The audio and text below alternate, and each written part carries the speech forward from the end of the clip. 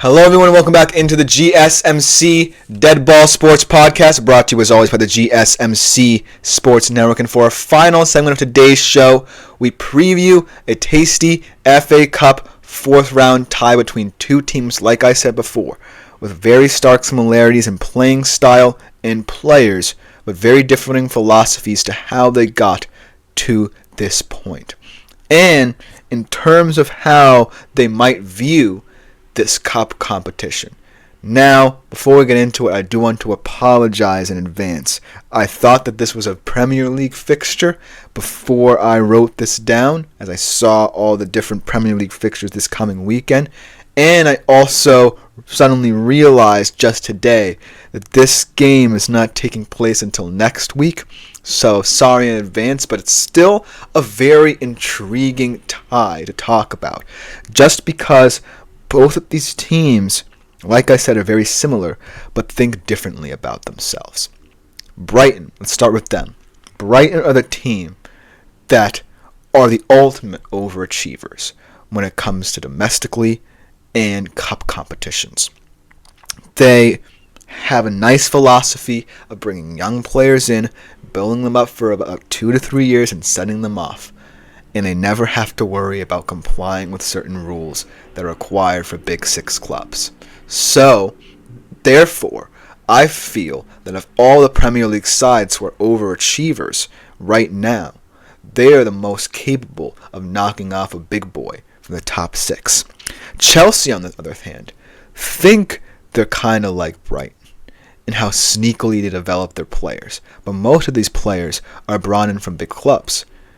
Todd Bowley, now at the helm and the ownership, I feel like has truly changed their transfer philosophy, bringing in all of these players with all of the money he has, not necessarily worrying about the PSR rules, and trying to have them coalesce. That sees them in cup competitions have enough depth to compensate for deep cup runs, but not necessarily achieve success in the Premier League. So, Brighton being the overachievers, and Chelsea operating like the overachievers, performing like the underachievers domestically, makes for a very interesting cup tie that I really can't tell you who can win. So I really pondered over this game, and it came down to two things: depth and formation. Because both of these teams have very similar levels of depth, players that they can rely upon in cup ties such as this, and very unique formations that could very well apply for a one-off game like this. Because now we're up to the point, I believe, where there are no replays left to play in the FA Cup. So this is a one-off tie where all that matters is who wins on the day. And what it comes down to when I think of these two teams who I think are very similar, more similar than you know, but perform very differently off the field, comes to a head: depth and formation. So, one way to analyze this could be, just to talk about the formation, but why not let's talk about the last time these teams played in the FA Cup and what formations they used and how they utilized their depth. So without further ado, let's look at the last FA Cup rosters for these respective sides, starting off with Chelsea. And they used, funnily enough, a formation they don't often use, a 4-1-4-1. They most often play the 4-2-3-1, allowing some of their wingers more freedom on the left and right sides. But in this particular game against Morecambe, who you definitely knew were not going to win this game, they decided to go a little bit more hefty on the interplay between their wingbacks and the wings. So they had a roster where Lavia, actually with a deep man, a guy from Southampton who I really like in this Chelsea system at certain times. And then you had two, not necessarily primary strikers, but false nines, so to speak, in Joao Felix and Christopher Nkunku, sitting behind, of all people, Mark Guiu. Remember him? I feel like a lot of Chelsea fans don't want to remember Mark Guiu, but he was starting. And the only player who won't be available for Chelsea from this FA Cup roster is Renato Vega, who is now on loan at Juventus. Similarly, Brighton played Norwich, a team that they should be getting by against just fine. They used their traditional 4-2-3-1, which they played with 16 times this season. In this roster, the only player who they will not have available to them is Julian Enciso, who also is on loan to Ipswich Town. But ultimately, I like the setup of this roster a lot for the formation of Brighton here. Estupiñán played at right back very, very nicely in terms of interplay with a guy like Kaoru Mitoma, who loves overlapping runs from his wing backs. But then, looking at the center of the park for them is what I really like.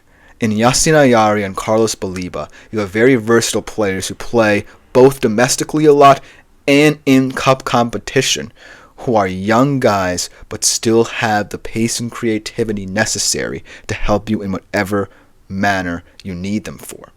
And also, it buys into this identity that I talk about with Brighton in terms of their overachieving success.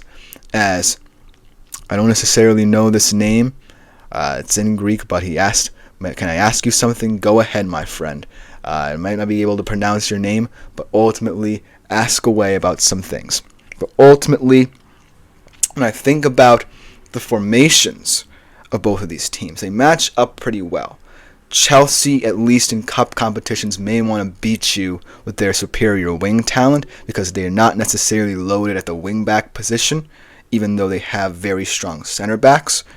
I feel like Brighton, though, with their 4-2-3-1, can really narrow the field on the defensive side of the ball, which ultimately, in my mind, sees this game swing in their favor. Now let's talk about depth here, because both of these teams use their depth very, very similarly, but ultimately they acquire it very differently.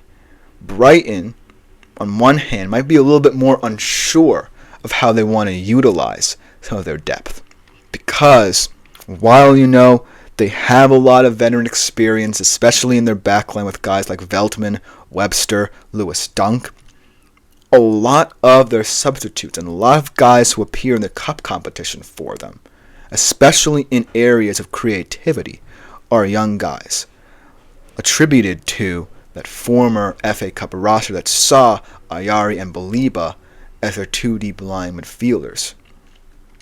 I feel like ultimately, though, if you are Brighton, you shouldn't be scared to play your most creative youngsters, because creativity in a cup tie matters a lot.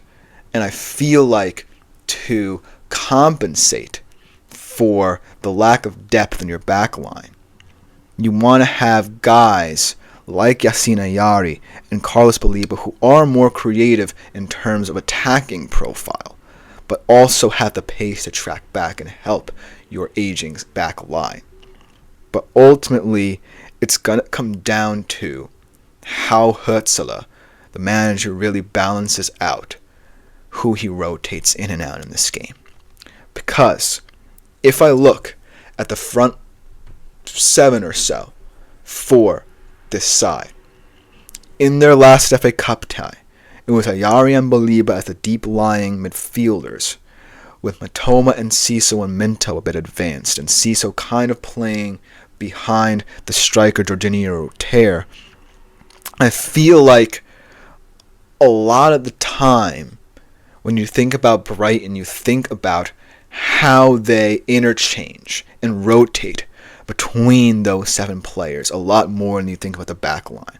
Because the back line, you can choose between Webster, Dunk, a guy like Jan-Paul van Hecke, Joel Veltman, and Estupiñán, and not necessarily worry about depth there. You only have to worry about how it looks, because it's definitely an aging backline, and your backup goaltender in Jason Steele is over the age of 33. So ultimately, you're looking at a lot of rotation within your front 7 players. If I'm Hutzela for this matchup, I like the profile of Ayari and Baliba, even though it's risky considering the fact that they're going to be more focused in helping both Mitoma and Minta on the wings in terms of providing service to them, and not necessarily being the guys who want to track back to help that back line. But ultimately, it really creates a mismatch in the midfield should Chelsea go back to their 4-1-4-1 formation and leave Lavia as the only man lying deep. Because I really think that Ayari and Baliba are very creative technically as well. They're able to dribble very well, but also pick out the passes to their wingers that ultimately releases them down the flanks. In terms of Matoma and Minta, they ultimately don't necessarily have to play this whole game, but I do think that in terms of how you want to view it, I think that they would be very nice to have as depth options in terms of your wingers. You can add guys like Simona Dingra maybe on the wings as well, or maybe if you want to have more control, a guy like Jack Hinchelwood a little bit more centrally, but ultimately it's up to them.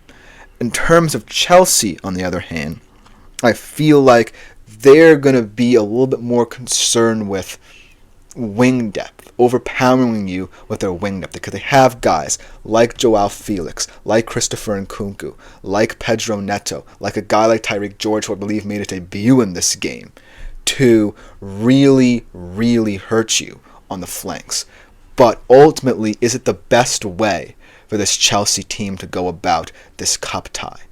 I think that in terms of predictions, Brighton is playing with house money here.